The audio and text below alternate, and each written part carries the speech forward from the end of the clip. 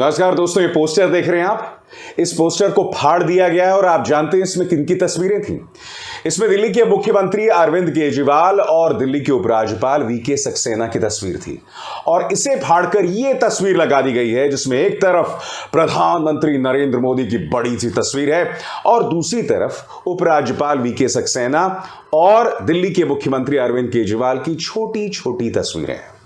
मैं आपसे एक सवाल पूछना चाहता हूं कि क्या इस देश में प्रधानमंत्री नरेंद्र मोदी की तस्वीर जो दिखाई जा रही हैं सड़क पर, पेट्रोल पंप्स पर, क्या उसकी कोई कमी है? यानी कि वैक्सीन लगाई जाए तो उसको लेकर प्रधानमंत्री नरेंद्र मोदी को धन्यवाद दिया जाता है। मुफ्त अनाज, जो ये दावा करते हैं मुफ्त अनाज का, वो दिया जाए तो उसमें भी प्रधानमंत्री नरेंद्र मोदी की तस्वीर। अब मैं आपको बतलाना चाहता हूं दोस्तों, 11 जुलाई से दिल्ली में पर्यावरण को लेकर वन महोत्सव चल रहा है और इसके अंतर्गत रविवार को दिल्ली के उपराज्यपाल और दिल्ली के मुख्यमंत्री अरविंद केजरीवाल को एक समारोह में शामिल होना था।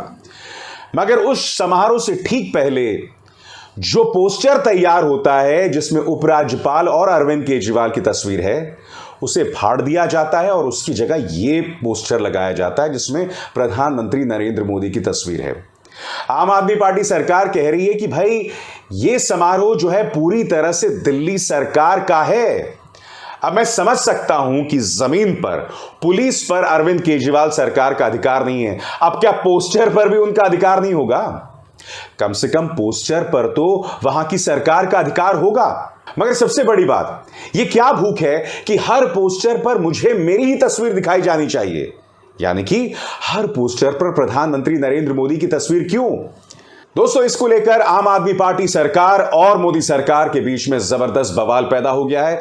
क्या कहना है पार्टी के नेता गोपाल राय का आपके स्क्रीन पर? वो कह रहे हैं, दिल्ली के पर्यावरण मंत्री गोपाल राय ने कहा, हम झगड़ा नहीं चाहते, सरकारी कार्यक्रम को राजनीतिक बनाया गया, इसलिए मुख्यमंत्री और मैं दोनों नहीं जा रहे हैं। दिल्ली सरकार के सरकारी आयोजन में शनिवार रात पुलिस भेजी गई। ये पुलिस पीएमओ के निर्देश पर भेजी गई। पीएमओ यानी प्रधानमंत्री कार्यालय। पुलिस ने स्टेज कब्जे में किया और कार्यक्रम के बैनर की जगह प्रधानमंत्री नरेंद्र मोदी की फोटो वाला बैनर लगाया और कहा कि इसको हटाया तो कार्रवाई होगी। और सबसे बड़ा प्रश्न, क्या यह इतना बड़ा मुद्दा था कि आप पुराने पोस्टर को फाड़ दें, नया पोस्टर लगाएं और फिर उस नए पोस्टर को दिल्ली पुलिस का प्रोटेक्शन मिले?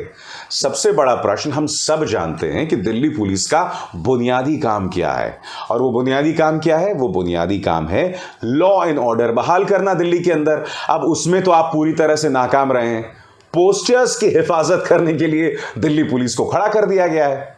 उधर एलजी के ऑफिस यानी वीके सक्सेना के दफ्तर ने भी पलटवार कहा है। उन्होंने जो बयान जारी किया है, जो एनडीटीवी पर आया है, वो मैं आपको पढ़ के सुनाना चाहता हूं। अंग्रेजी में है और मैं फिर उसका हिंदी में अनुवाद करूंगा। Sources in the lieutenant governor office said the said program of tree plantation corresponding with the One Mahotsav was to be undertaken by the LG and CM jointly. A mutual decision in this regard had been taken on July 4th, 2022.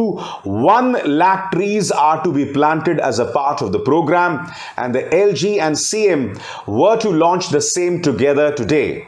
One is left to wonder if recommending a CBI inquiry into an apparently illegal excise policy is taking the focus of the CM away from Delhi's environmental concerns.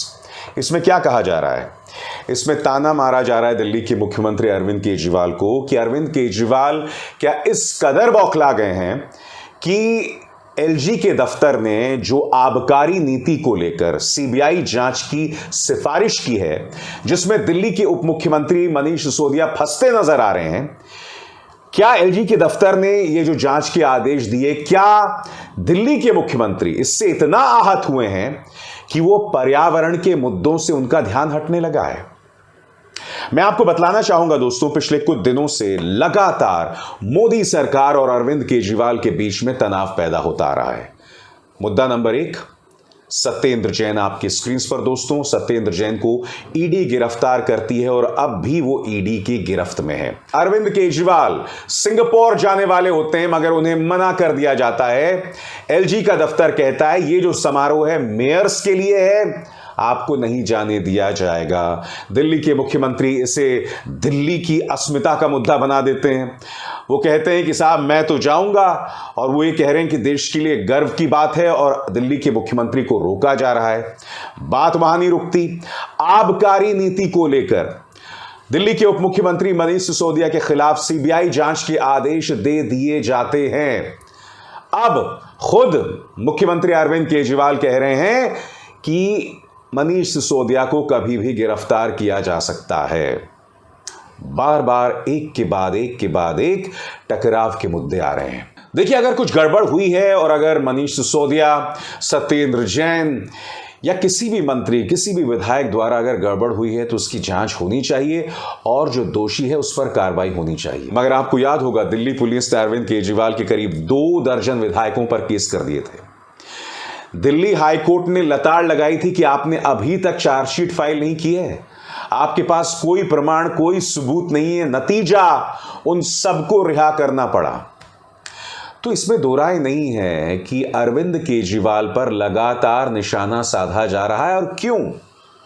क्योंकि अरविंद केजरीवाल के हाथ में police नहीं है, अरविंद केजरीवाल के हाथ में law and order नहीं है। इसलिए दिल्ली पुलिस को लगता है कि उन पर बेजा कार्रवाई की जा सकती है।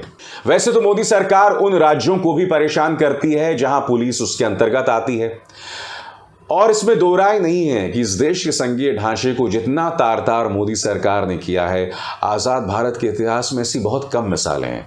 शायद इंदिरा गांधी की मिसाल को छोड़ के, जब वो प्रधानमंत्री हुआ करती थी और मुझे याद है एक साथ उन्होंने करीब 19 सरकारों को बर्खास्त किया था, मगर वो आपातकाल का दौर था, ये वो दौर था। आज तो आपातकाल भी नहीं है, मगर आप देख रहे हैं किस तरह से साम दाम दंड भेद के आधार पर एजेंसीज के जरिए सरकारों पर कार्रवाई की जाती है, राज्य सरकारों के मंत्रियों को बरगलाया जाता है, ब्लैकमेल किया जाता है। नतीजा सरकारें पलट जाती हैं, जैसे कि महाराष्ट्र में हुआ। नतीजा सरकारों को परेशान किया जाता है, जैसा कि पश्चिम बंगाल में हुआ। नतीजा सरकारों को ब्लैकमेल किया जाता है, परेशान किया जाता है, जैसा कि दिल्ली की सरकार के साथ हो रहा है। और इससे हो क्या रहा है दोस्तों? केंद्र और राज्य के रिश्ते जो हैं बद से बदतर होते जा रहे हैं, और इन रिश्तों को पटरी पर लाने में ढेर सारा वक्त लग जाने वाला है, और देश इसका खमियाजा, इसका नुकसान भुगत रहा है। मैं उम्मीद करता हूं कि इस तरह से पंगे लेने के बजाय, इस तरह से टकराव का रास्ता अपनाने के बजाय, मोदी सरकार सार्थक संवाद करेगी इन राज्य सरकारों के साथ, जो पूरी तरह से नदारद, पूरी तरह से गायब है। और ये अपने आप में कितनी बड़ी त्रासदी है। अब एसआर शर्मा को दीजिए इजाजत। नमस्कार।